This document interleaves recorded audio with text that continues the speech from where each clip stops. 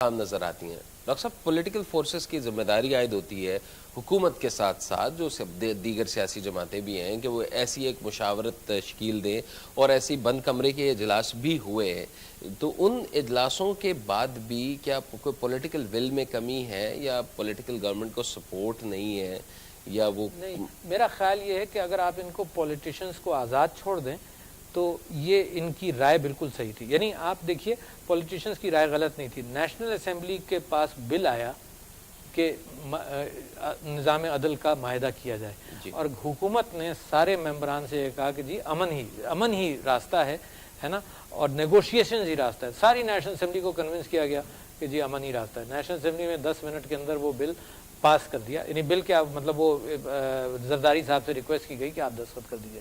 اس کے ٹھیک ایک ہفتے بعد، یعنی آپ پلاننگ کا فقدان دیکھیے کہ اس کے ایک ہی ہفتے بعد نیشنل اسمبلی کے پاس اور قوم کو دوبارہ بتایا گیا نہیں جی امن وہ راستہ ہی نہیں، نیگوسیشن از نو وے، اس کو جنگ کرنی پڑے گی.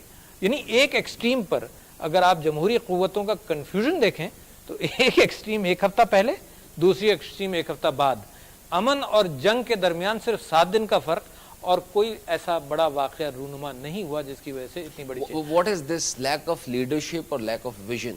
بھائی صاحب، ایک تو لیک آف ساورنٹی ہے، وہاں سے شروع کرو. لیک آف ساورنٹی یہ کہ میں اور آپ کا میرا کوئی جھگڑا ہو اور ہم خود قادر نہ ہو اس بات پر فیصلہ کرنے کے لیے، اور دوسروں کے سٹرنگز کے اوپر ہم فیصلے کریں تو ہمیں آپس میں صلح بھی نہیں ہوگی، ہے نا. تو لیک آف ساورنٹی ہے کہ میرا خیال یہ ہے کہ پاکستان کی جو سربراہ بنتے ہیں اور جو پارٹی حکومت میں آتی ہے وہ یہ محسوس کرتی ہے کہ امریکہ کے ساتھ تعلقات، امریکہ کا اکنامک شیلٹر، ایک تو تعلقات فورس کے اعتبار سے کیونکہ انڈیا ایک کنفرنٹیشن ہے آپ کا، اور ادھر اب طالبان ایک کنفرنٹیشن، تو فورس کے اعتبار سے شیلٹر چاہیے، دوسرے اکنامک شیلٹر آپ کو چاہیے. دونوں شیلٹر. اپنی قوم پر بھروسہ نہیں کرتے. اگر اپنی قوم پر بھروسہ کر لیں تو 17 کروڑ لوگ کم نہیں ہوتے. تو ایک تو ریزن یہ ہے depending on other foreign country. دوسرا یہ کہ ساورنٹی کا جب احساس نہیں ہے تو ان کے ڈکٹیشنز پر رہتے ہیں. اپنے اوپر کانفیڈنس نہیں ہے تو محسوس یہ کرتے ہیں کہ اس اکنامک کرائسس میں نکلنے کے لیے ایڈ ضرور چاہیے. اور اگر آپ مختلف ان کا سٹیپ بائی سٹیپ ان کا انداز دیکھیں تو all steps are related to prompting U S economic aid جو آپ کر رہے ہیں اس کے بدلے میں. ڈاکٹر صاحب گفتگو جاری رکھتے ہیں. ناظرین ایک چھوٹا سا وقفہ لیں گے، وقفے کے بعد واپس آتے ہیں. Stay tuned to point line.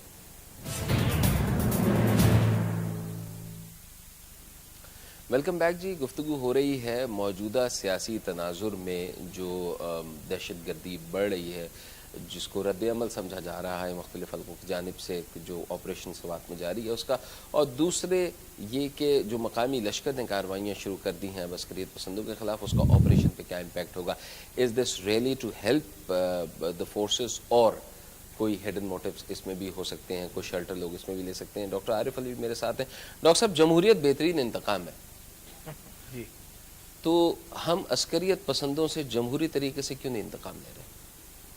میں آپ کو ایک مثال دوں کہ میں نے قاضی صاحب کو یہ بات کرتے ہوئے سنا اور بڑی اچھے انداز سے انہوں نے یہ بات کہی. انہوں نے کہا جی صوفی محمد ہمارا رکن تھا جماعت اسلامی کا، اور جب وہ جماعت اسلامی سے ہٹا تو اس کے خیالات متضاد تھے، تو لہٰذا اس نے کہا کہ ووٹ ڈالنا حرام ہے. ہم نے کہا کہ ووٹ الیکشن ہی جمہوریت ہی طریقہ ہے، تو ہم نے اس کو الیکٹورل ڈیفیٹ دی.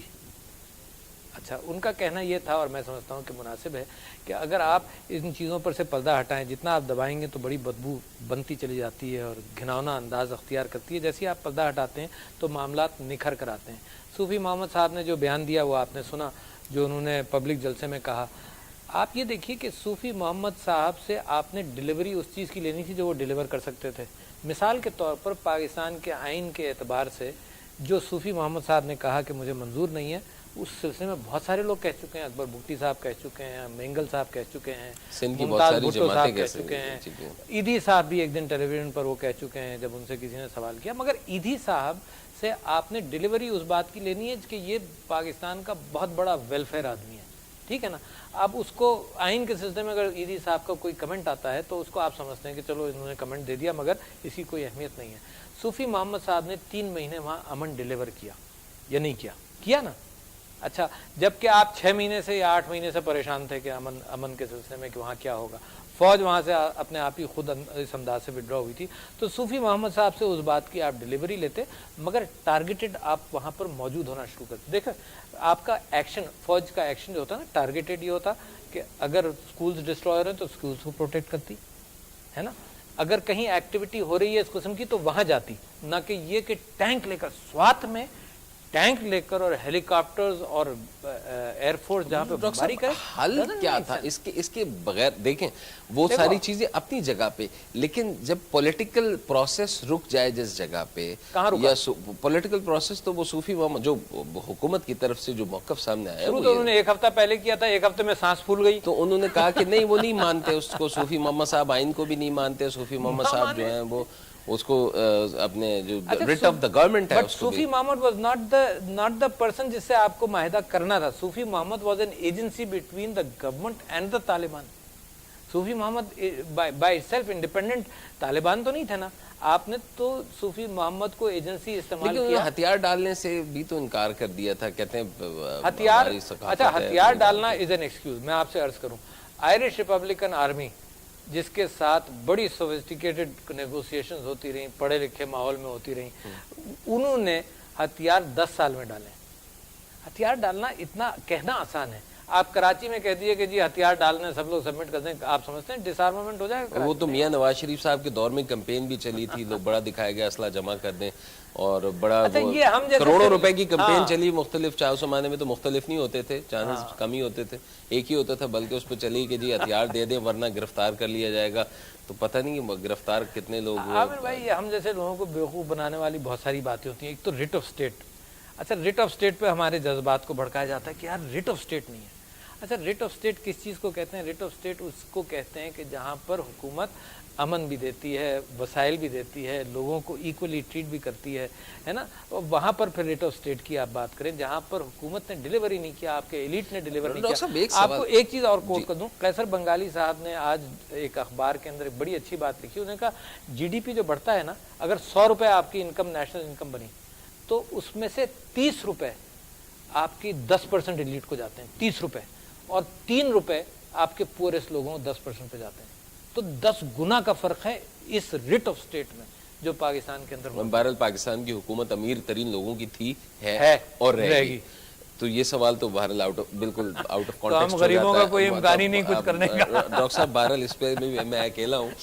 میں یہ بات کہنا چاہتا ہوں آپ سے, سوال یہ تھا میرا کہ کیا نظام عدل وہ واحد پوائنٹ تھا جو سوات کے لوگوں کی ضرورت تھی؟ کیا ان کا معیشت کوئی ضرورت نہیں تھی, ان کی معاشرت میں کسی اور چیز کی ضرورت نہیں تھی؟ کیا ان کو اور کسی چیز کی, کھانے پینے کی, اسکولوں کی, کسی اور چیز کی ضرورت نہیں تھی؟ کیا صرف چند قاضیوں کا بٹھایا جانا ہی سب سے بڑا مسئلہ تھا؟ اچھا مگر عامر بھائی, یہ تو ہم نے بھی کیا نا, ہم نے اور آپ نے مل کر ریسٹوریشن, آپ نے تو نہیں, ہم نے تو ریسٹوریشن اور جوڈیشری کی جدوجہد کی. اچھا یہ سوال مسلسل پوچھا جاتا رہا 2 سال کہ کیا یہ ملک کا واحد مسئلہ ہے؟ تو میں نے جب بھی یہ کہا کہ ملک کا واحد مسئلہ نہیں ہے, مگر ایک مسئلہ ہے جس سے معاملہ شروع ہوتا ہے.